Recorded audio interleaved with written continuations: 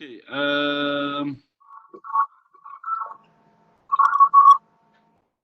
Bunyi apa tu?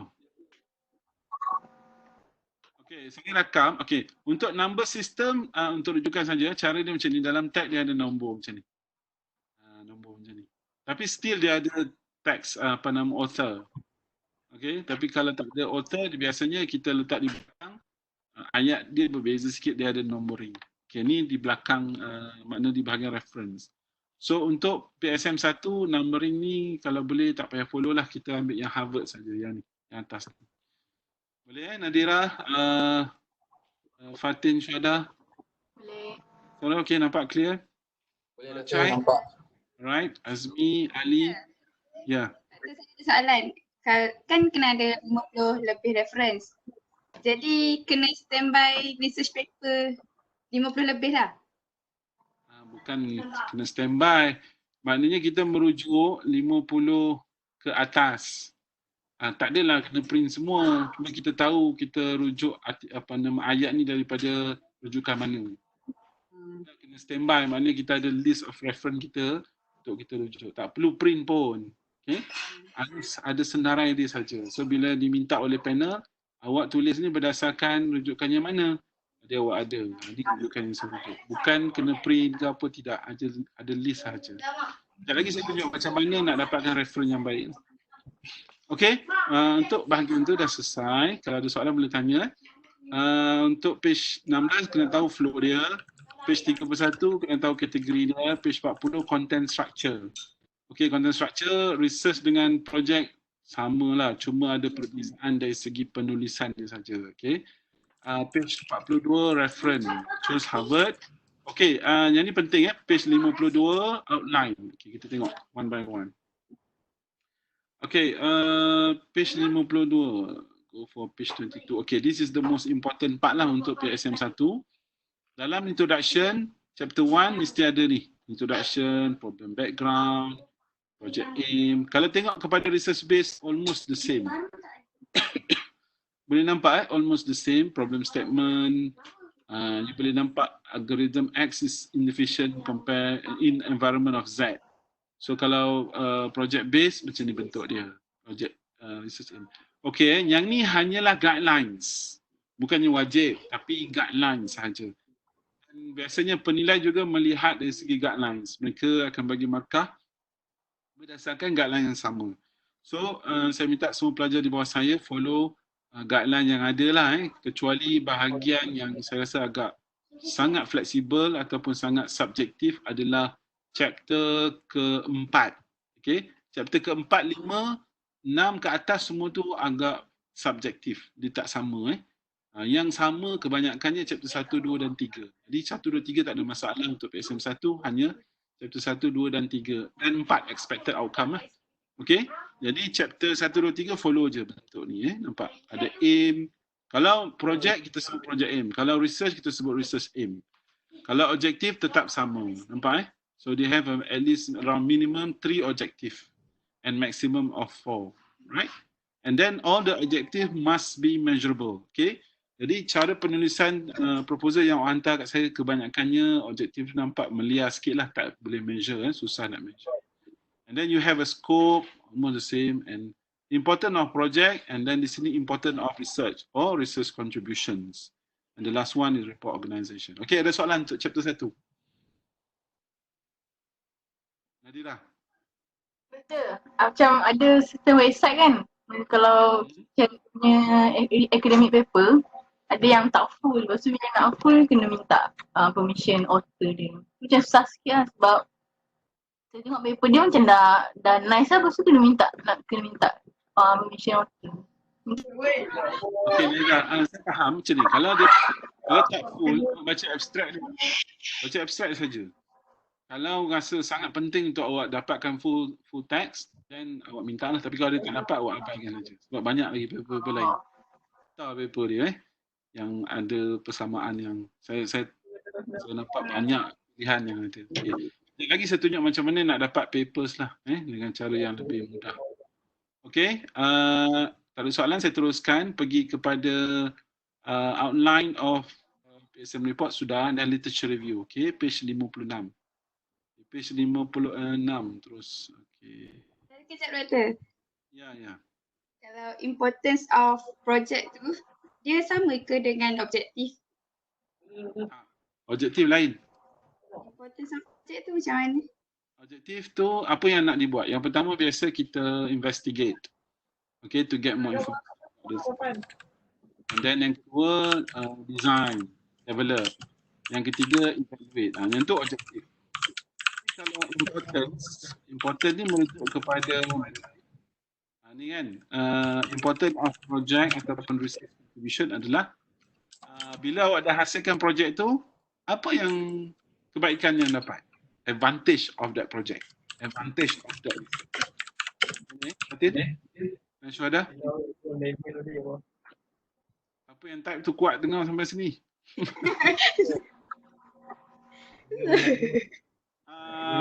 Okey tak? Penerangan saya, importance tu maknanya kepentingan projek. Makna apa advantage of that project. Begitu juga dengan research contribution. Apa sumbangan research pada community yang mana ataupun target user yang mana. Okay? Jadi importance dengan contribution tu maksud dia sama. Kepentingan dan contribution tu samalah. Kepentingan, contribution, sumbangan. Jadi kepentingan dengan sumbangan. Kenapa kena buat research tu? Jadi soalan Syuhada tadi saya jawab Dah jawab Jadi okey Right. So saya pergi yang next one. Literature review, muka surat 56. Kalau tengok kepada muka surat 56 dalam guideline ni, okey. Nampak literature review, sebenarnya dalam literature review dia tidak ada fixed menu yang tepat apa itu literature review. Tapi cara mudah untuk faham literature review ni adalah you kena korek ataupun mining mining tu lombong lah dapatkan evidence projek yang telah dibuat, yang telah berlaku. Okey, dapatkan evidence projek-projek ataupun research yang telah dibuat sebelum awak buat. Okey, yang ni tujuan dia adalah untuk mengenal pasti gap ataupun perkara yang belum dibuat lagi. Sebab tu dalam literature review we mention about perkara yang telah berlaku. Jangan sekali-kali letak perkara yang belum berlaku. Okey, letak perkara yang telah researcher lain buat. Okay. Jadi kalau you search dalam internet, what is literature review, akan jumpa macam-macam dan saya bagi guideline yang agak mudah. Okay, literature review. Okay. Search dalam internet je awak akan nampak what is literature review. Okay. Nampak ni. A literature review is a survey of scholarly source, including books, journal, thesis related with a specific topic or research questions. Nampak? Jadi itu maksud research, literature review. Dan boleh tengok step by step, a complete guide step by step. How do you write literature review dan sebagainya. Okay. Ada satu artikel yang menarik yang saya boleh share kat sini adalah 10 simple rule for writing literature review. Okay, kalau tengok kat sini dia ada banyak bentuk yang awak boleh follow. Salah satunya yang ni 10 simple rule for writing a literature review. Okay. Yang ni diterbitkan pada tapi agak baru lah. Okay. 10 simple rule for writing a literature review. It's free. And kalau tengok rule number 1, define a topic and audience. Rule number 2, search and research the literature. Rule number 3, take note while reading. Rule number 4, choose the type of review. Rule number 5, keep the review focus dan sebagainya. Banyak So kalau tengok kat sini, is a good reading, bacaan yang baik. Tak spesifik kena tahu semua, tapi it give you some rule. Okay, what is important of literature review adalah you kena tengok contoh. Straight to the example. Okay. Okay. Ada soalan sampai sini? Sebelum saya pergi lebih lanjut. Ada soalan? Tak ada, doktor. Okay, tak ada, saya terus. Tengok kepada contoh. Saya ambil contoh daripada dua perspektif. Okay, yang pertama bila awak type dalam internet, what is literature review, dia akan keluar macam-macam bentuk lah. Define your goal, do your research, ground dan sebagainya. Banyak sangat. What is literature review in research, what is literature review example, what is the purpose of literature review, semua tu banyak awak boleh baca. Tetapi cara mudah adalah awak follow daripada example. Okay. Contoh, ini adalah contoh lah. Kalau tengok kepada beberapa example yang saya dah ada, ini contoh. Bila awak type literature review, dia ada dua bentuk. Yang pertama sekali adalah dia akan keluar dalam bentuk systematic literature review dan satu lagi dalam bentuk literature review sahaja. Okay, dua benda ni lah. Okay, kalau kita type dalam internet, tempat yang paling bagus untuk kita pergi adalah Web of Science. Okay, ini adalah cara untuk pergi ke Web of Science. Type perkataan PSZ, UTM. Okay. Dan pergi kepada Web of Science Database. Ini menjawab soalan Nadirah. Dia kata dia dapat papers yang tak lengkap. Kat sini ada yang lengkap untuk saya tunjukkan. Okey, masukkan ID awak, ID saya sendiri, okey, ke dalam login dan dapat akses kepada EZ proxy UTM. Okey, ezproxy.utm.my and then pergi ke bahagian Web of Science di sini. Dan awak boleh type literature review. Macam ni saya dah type literature review. Nampak? Title. Klik dah. Dan dia akan bagi data yang ada bahagian literature review. Nampak? Yang warna kuning ni dia akan tulis literature review, literature review. Okey. Kebanyakan dalam kajian yang literature review ni, dia ada perkataan systematic literature review. Dan satu lagi, just a review or literature review. Nampak? A systematic literature review, systematic literature review. Ini nampak literature review saja. Okay, ni bawah lagi systematic literature review. Banyaklah. Kebanyakannya akan keluar literature systematic literature review. Okey. Ada satu ni a literature review. Okey. Ni boleh kita ambil contoh lah. Okay. Tengok ada lebih kurang 4,284 artikel yang ada title literature review. You can go more. Tengok ada banyak. Literature review of herpes simplex virus container. Okey, kalau kita ambil tajuk, okey, tajuk mana kita nak? Tajuk virtual reality katakan. Dan kita search, dia akan pergi yang ada literature review virtual reality. Nampak? Immersive virtual reality and persona with dementia, a literature review. Nampak?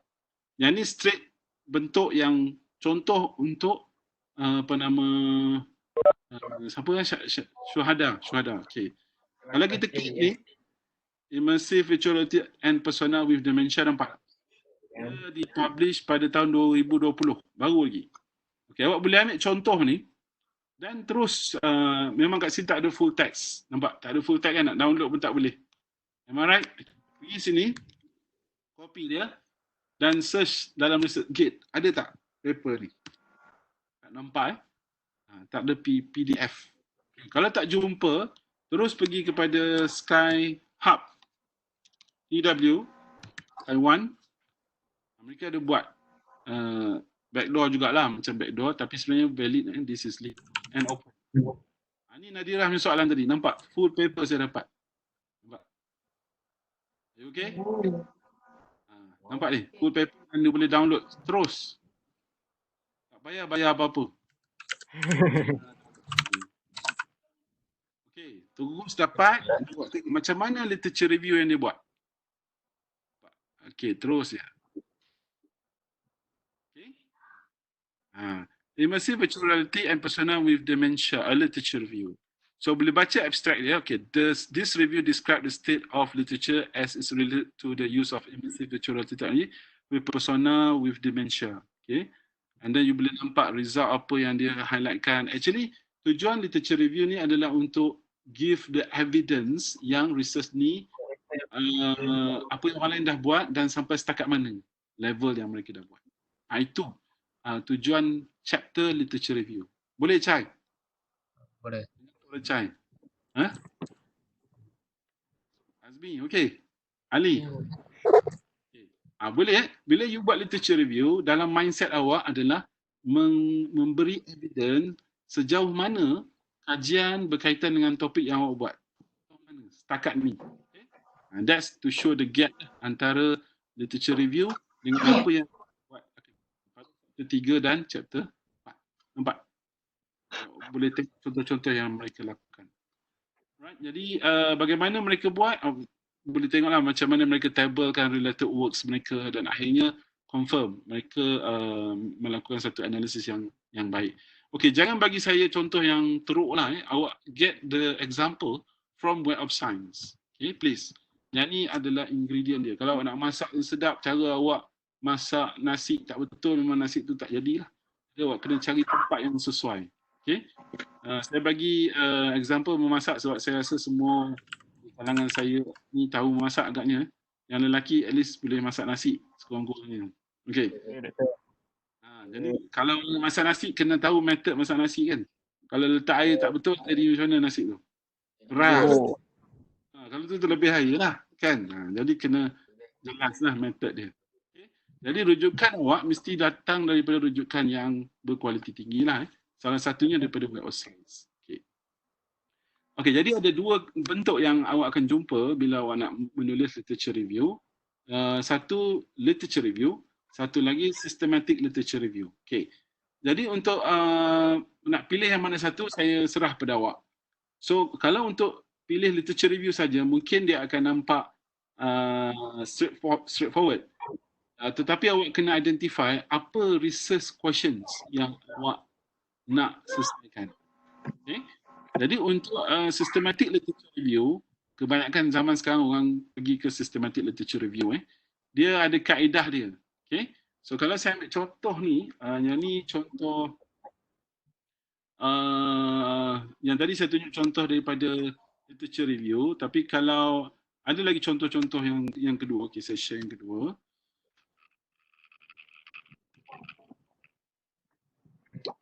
Contoh kedua ni adalah literature review juga, saya rasa. Sekejap, jangan keluar. Lambat pula.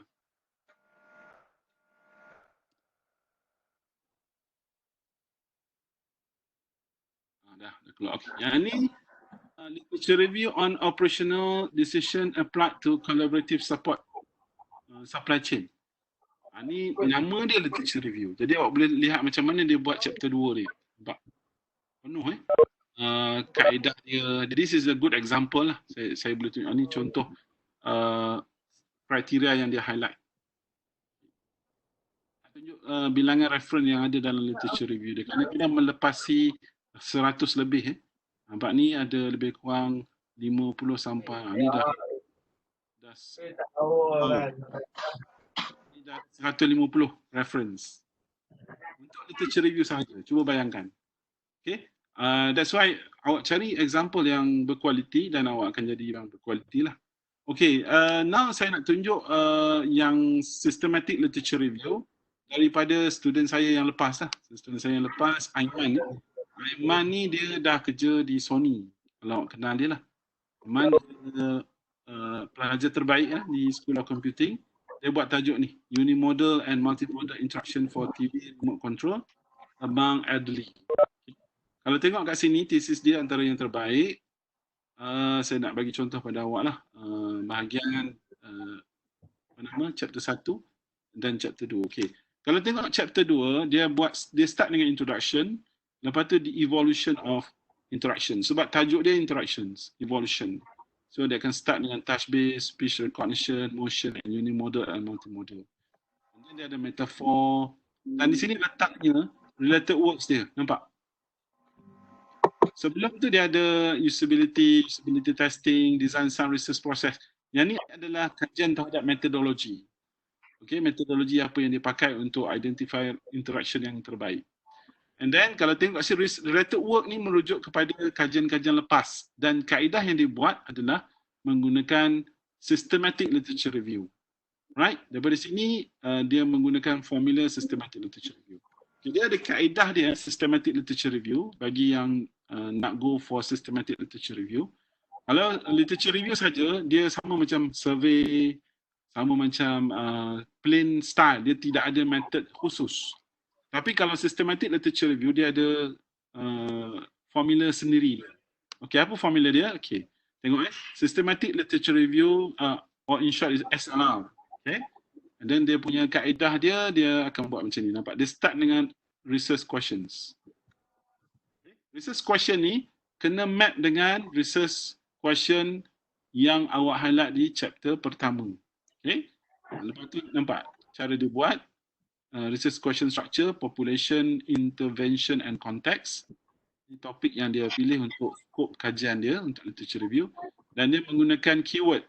Keyword 1, keyword 2, keyword 3, keyword 4, keyword 5. And you have a similar keyword yang berkaitan. C1 to C5. And then dia menggunakan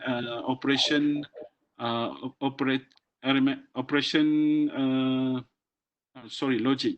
Logic operation, smartphone or tablet. Yang ni untuk searching criteria. Okay.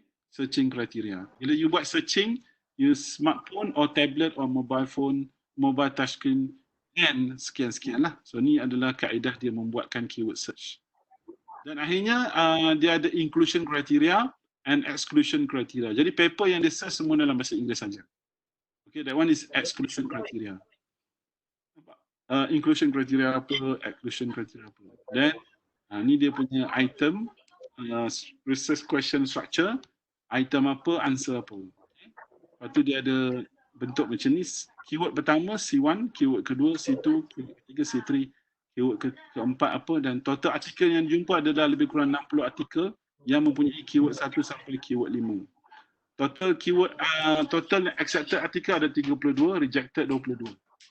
Yang ni yang artikel yang di-search dalam normally Web Science, Scopus, IEEE dan sebagainya. Dan okay, di sini ada database yang di-search adalah IEEE, Springer, Standard and ResearchGate. Nampak? Daripada ResearchGate ada 5 paper saja. Jadi paper ni yang dia analisis untuk mendapatkan gap daripada kajian yang dia nak buat. Okay. Jadi daripada 60 papers tu yang ada cuma 9 sampai 14 campur 4 campur 5. Itu saja. Berapa semua sekali? Lebih kurang 20 lebih saja kan? Lebih kurang 30 paper. Dan daripada 30 paper tu lah dia buat projek dia. Okay? Jadi research yang dilihat tak semestinya awak ada rujukan 50 tu awak follow. Tapi awak review 50 paper ataupun lebih dan hanya 30 paper di sini yang boleh dipakai lah untuk thesis awak. Okay, jadi nampak ni bentuk systematic literature review. Okay, from here dia nampak timeline tahun 2012 apa jadi. Tahun 2013 apa jadi. Tahun 2014 apa jadi. Tahun 2015 apa jadi. Tahun 2017 apa yang orang buat berkaitan dengan bidang yang dia search tu. Dan dari sini kita boleh tahu gap setakat mana orang buat research ataupun projek yang berkaitan. Dan pada tahun 2018, 2019 apa yang dibuat. Okay, sebab projek ni berlaku pada 2018, maka dia sampai 2017 saja. Okay? Boleh? Alright, setakat ni okay, clear tak? That's the way. And then nampaklah dia punya cara persembahan dia, proposed work summary. Proposed work summary. Yang ni proposed work yang dibuat oleh referen ni lah, Gun, William, Kawamoto tahun 2014. Apa yang dia buat? Dia highlightkan semua. Itu literature review. Okay? Jadi keseluruhannya kalau tengok kepada tajuk thesis yang awak kena buat, you can see systematic literature review is only part of chapter 2. Okay? Dia only part of chapter 2. Dia bukan keseluruhan chapter 2. Tapi dia sangat berguna untuk support your literature review, especially to identify the gap. Okay, tengok dia punya table of content. Okay. Kalau tengok di sini, literature review, they start introduction, evolutions, what new, and then you can see the related works. This is the place that you put the systematic literature review. Right.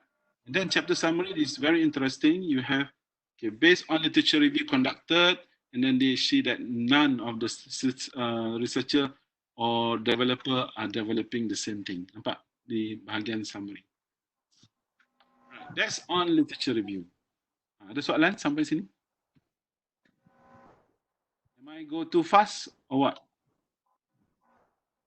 Okay, boleh je. Boleh dapat?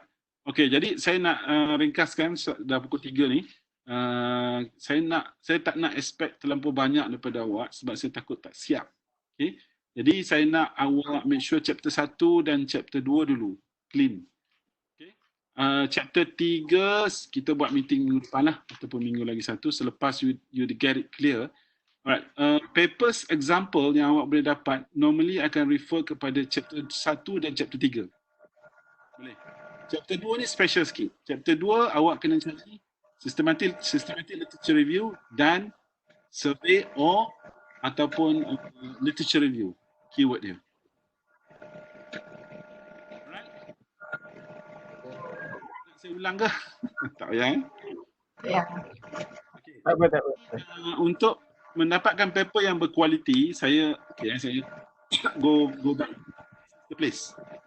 Web of Science. Yang ni adalah tempat yang terbaik untuk dapatkan paper yang berkualiti tinggi. Okay, give you one example. Siapa nak volunteer paper dia? Saya. Mana? Fatin Syuhada Doktor, dia banyak soalan. Okay, Fatin Syuhada dia punya paper banyak virtual reality. Tapi tajuk virtual reality apa? Fatin, saya tak ingat awak punya fokus. Safety training. Safety training. Training. Safety. Okay. Safety.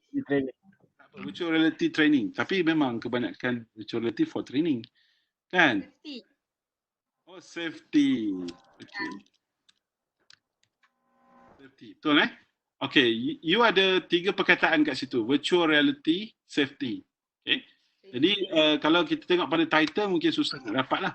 You kena try menggunakan all field katakan and then you search dan akan jumpa banyak artikel yang berkaitan.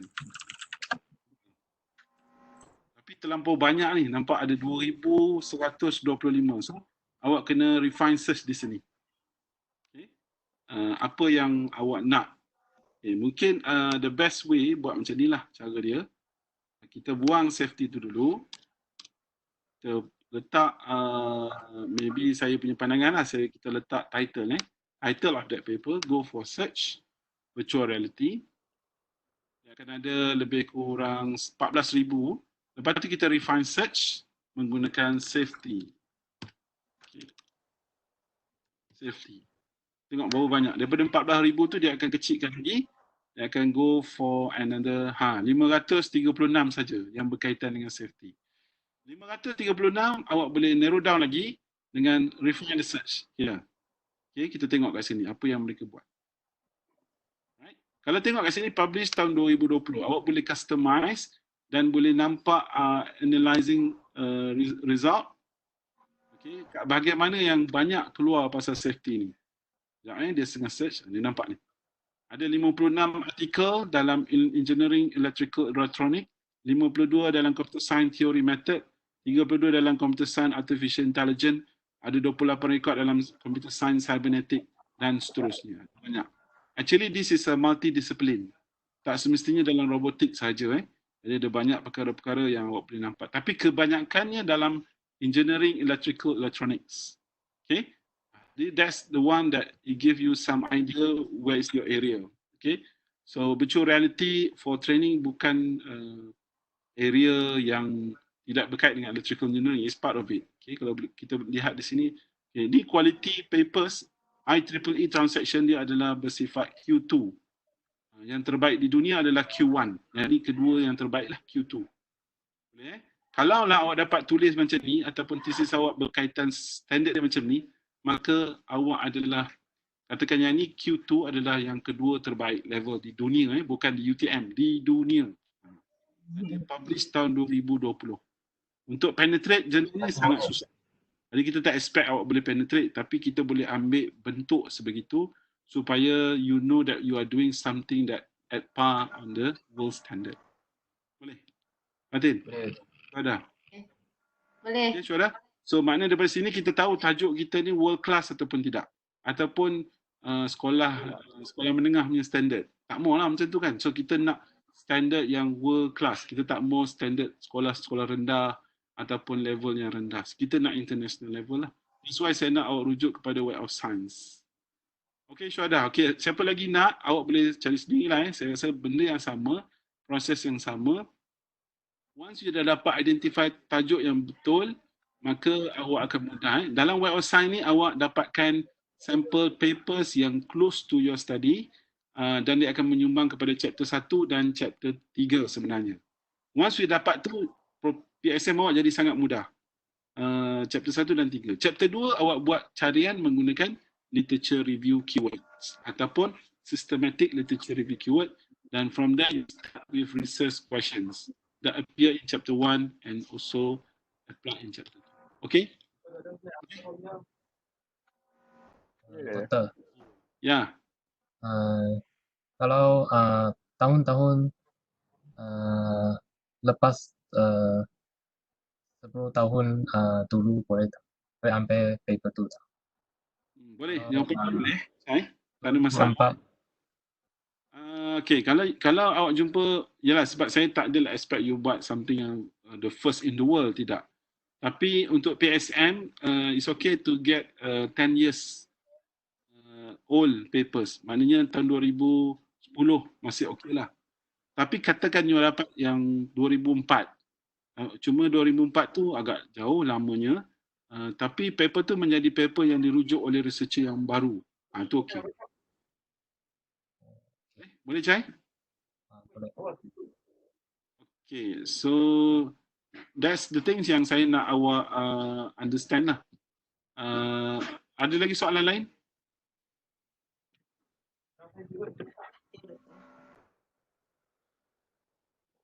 Macam mana saya nak balik semula? Okay, saya stop recording.